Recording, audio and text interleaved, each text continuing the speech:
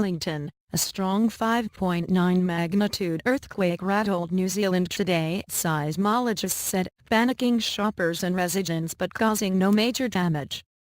The quake hit at 3:36 p.m. 03 through 6 GMT, with its epicenter about 66 kilometers, 41 miles, from the South Island town of Kaikoura at a depth of 55 kilometers, the US Geological Survey said.